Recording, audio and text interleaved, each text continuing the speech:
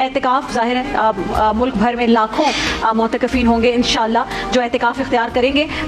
दूसरा अशरा जैसे ही ख़त्म होने वाला होगा और बस अब वो तैयारियाँ शुरू हो गई हैं घरों में। ख़वातीन जो हैं वो अपने घरों में एहतिकाफ इख्तियार करेंगी, मर्द हज़रात मसाजिद में, रौनकें बढ़ जाती हैं। एक बहुत ही खूबसूरत एक चीज़ है जिसको लोग इख्तियार करते हैं माशाअल्लाह से। तो उसके बारे में क्या क्या उसके फ़राइज़ हैं, क्या एहतियात होनी चाहिए, इस पर मैं चाहती हूँ अगर सब मिलकर बात कर लें। मुफ्ती साहब आप शुरू कीजिए और फिर सवाल पर भी आएंगे। एहतिकाफ असल में है जम कर बैठ जाना, यानी इसे ये समझ लीजिए कि इंसान अपनी तमाम तर एहतियाजात और अपनी तमाम तर ख्वाहिशात और अपनी मसरूफियात से बिल्कुल अलग थलग होकर यकसू होकर अल्लाह रब्बुल आलमीन के लिए किसी जगह उसकी चौखट पर दहलीज पर धरना मार के बैठ जाए कि आप आए हैं यार अब तो कुछ लेकर जाएंगे, माफ़ी लेकर जाएंगे, बख्शिश लेकर जाएंगे। तो इसके लिए कुछ तकाज़े हैं।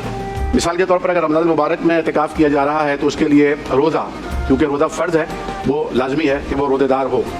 और दूसरी बात यह है कि मर्दों के लिए यकीनी तौर पर जो मस्जिदें हैं मर्दों की वहाँ होगा, इसमें सबका इत्तेफाक है।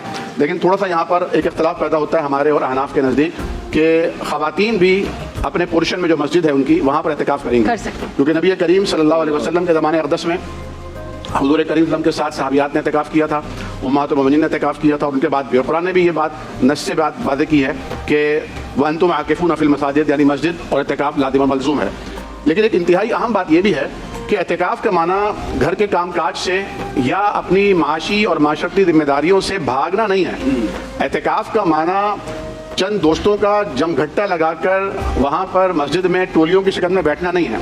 और ये भी मैं अर्ज़ करूँगा उलमा कराम की मौजूदगी में ये मेरी तायीद फरमाएंगे कि एहतिकाफ एक इनफरादी इबादत है। हमारे यहाँ अमूमन इसे एक इज्तिमाई तज़किये की या तरबियत की या तबलीग की या दावत की क्लास बना दिया जाता है। और हर मस्जिद में मैं आजकल जो देख रहा हूँ, फजर की नमाज के फ़ौरन बाद दर्स हो रहा है, ज़ोहर की नमाज के फ़ौरन बाद दर्स, असर की नमाज के फ़ौरन बाद दर्स, मगरिब की नमाज के बाद शायद नहीं होता लेकिन इशा की नमाज के फ़ौरन बाद दर्स, यानी तरावी के बाद। और वो दर्स इतनी जल्दी शुरू कर देते हैं कि जो मसनून अज़कार हैं जिनके पढ़ने की हुज़ूर करीम सल्लल्लाहु अलैहि वसल्लम ने ताकीद फरमाई है वो भी नहीं पढ़ पाते, और जो पढ़ रहे होते हैं वो डिस्टर्ब हो रहे होते हैं। और ये इबादत आइसोलेशन की इबादत, तो ये जो एहतिकाफ है ये आइसोलेशन की इबादत है, ख़ास तज़किये की इबादत है। और इसमें ये ख़ास ख्याल रखने की ज़रूरत है कि आप जब एहतिकाफ कर रहे हों तो एहतिकाफ में आपका लोगों से राब्ता टूट जाए।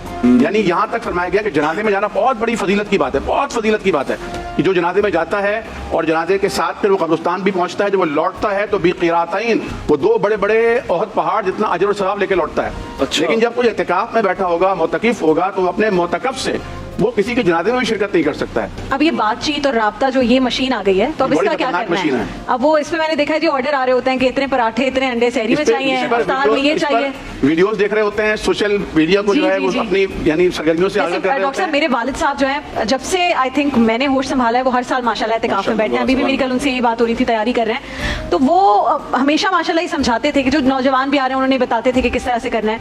वो फोन बंद होता है, जीरो, नो कॉन्टेक्ट अनलेस। और मैंने देखा जब मैं छोटी थी तो मैं मस्जिद जाती थी उनसे मिलने के लिए, मेरी इश्क और मोहब्बत बहुत है, तो मैं जाती थी तो वो मुझे सिर्फ सर हिलाकर जवाब, मतलब वो गुफ्तगू भी नहीं करते थे। लेकिन कुछ लोगों को आप देखते हो पूरे पूरे मैसेजेस भी, कॉल पे भी बात हो रही है, तो क्या है इसमें फोन पर बहुत ज्यादा जरूरत है तो जरूरतन जो है मजबूरन बहुत जरूरत है तो जरूरत के तहत तो लाज़िम है। लेकिन आप घर फोन करके नहीं पूछ सकते कि सब ठीक है, सब कैसा चल रहा है। यदि अल्लाह पे तवक्कुल करने का नाम है ना, अल्लाह से राब्ते का ये मामला है। सारी जिंदगी आपने सबसे राब्ता रखा, पराठे मंगाने को जरूरत कहीं है। खाना तो खाना अगर कोई लाने वाला नहीं है तो लाके खुद जाके। मजाक एक वाकया, मेरे भाई जो है बड़े वाले वो एहतिकाफ में बैठे और खाने के बहुत शौकीन है, तो वो बार बार छोटे भाई को कहते थे कि आज मेरे दोस्त भी हैं तो इतने पराठे ले आना इतने। तो एक दिन मेरे छोटे भाई कहते हैं तुम बाहर आओ मैं फिर बताता हूँ। तो ये भी जो है ऑर्डर देना, असल में हमारी कुछ चीजें जो है ना वो फैशन बन गई हैं, ठीक है ना, हम उसको रस्म और रिवाज के तौर पे लेते हैं। जिस तरह डॉक्टर साहब ने वजाहत की ना कि बेसिकली बंदे का और अल्लाह का ताल्लुक है। आप देखें मसाजिद में जब मोतकिफीन तशरीफ फरमा होते हैं तो उनके भी हुजरे बनाए जाते हैं, यानी उनके लिए भी छोटी छोटी सी जगह होती हैं। और मैंने इस बात का खुद अपनी आंखों से मुशाहिदा किया कराची में कि अगर आप उन हुजरों के साइजेस को देखें ना तो वो ऐसा लगता है जैसे आपके लिए कब्र सी बनी हुई है, बहुत छोटे छोटे।